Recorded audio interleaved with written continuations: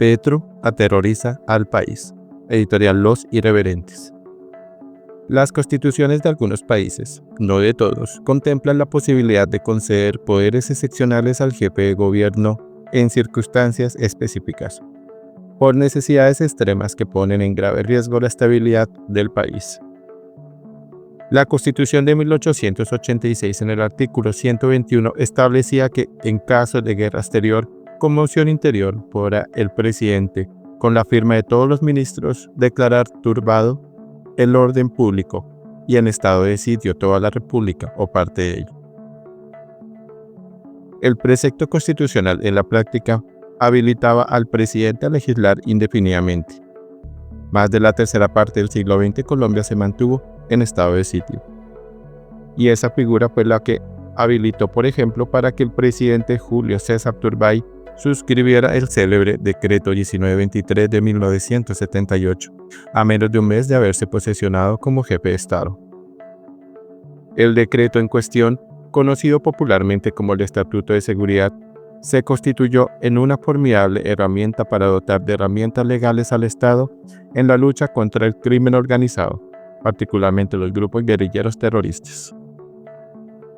Los golpes militares y de policía más fuertes que el Estado pudo propinarle a la banda criminal M-19 se dieron en el marco de la norma promulgada por el Dr. Turbay.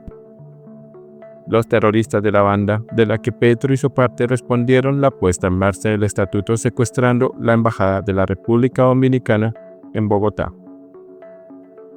El grupo terrorista creyó equivocadamente que el presidente Turbay derogaría el decreto y que suspendería el estado de sitio.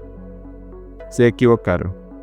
El ejército de Colombia, bajo la guía del entonces ministro de Defensa, el gran general Luis Carlos Camacho Leiva, dejó prácticamente desmantelado al M-19, con cientos de terroristas dados de baja y nueva parte de sus cabecillas tras las rejas. Operaciones como las de Patascoy en Nariño o la recuperación del arsenal de armas que esa estructura había robado del Punto Norte se constituyeron en golpes demoledores de los que los zampones solo pudieron recuperarse cuando sellaron su alianza. A instancias del narcoterrorista Iván Marino Ospina, con el capo del narcotráfico Pablo Escobar. Petro y sus compañeros en el pillaje alegaban que el estado de sitio era un instrumento de represión política que se utilizaba para reprimir a la oposición política. Demandaban que el Ejecutivo no tuviera en ningún caso poderes legislativos para evitar que aquellos fueran utilizados para, por ejemplo, militarizar el país o perseguir a los críticos del gobierno de Turquía.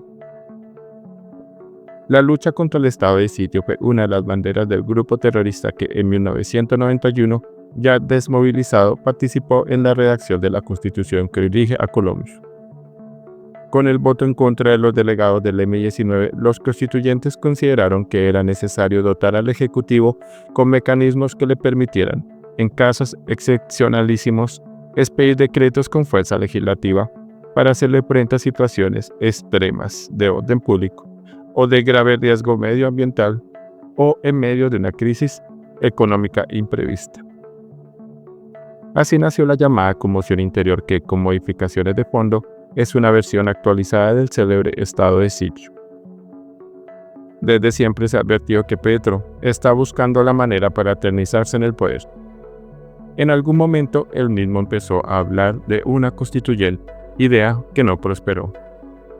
Pero en el ambiente ha estado la advertencia de que a través de un estado de conmoción que le confiere plenos poderes al gobierno, se puede hacer un chocorazo y, alegando cualquier sandez relacionada con el orden público, se ordene la suspensión del calendario electoral que prevé, como es sabido, elecciones de Congreso y Presidente de la República en el primer semestre del año entrante. Como terrorista activo en el M-19, Petro aterrorizó a los colombianos alegando que estaba luchando contra el estado de sitio. Como presidente se vale de una medida semejante para, pasados más de 40 años, volver a horrorizar al pueblo, pero con el fantasma de la perpetuación en el poder.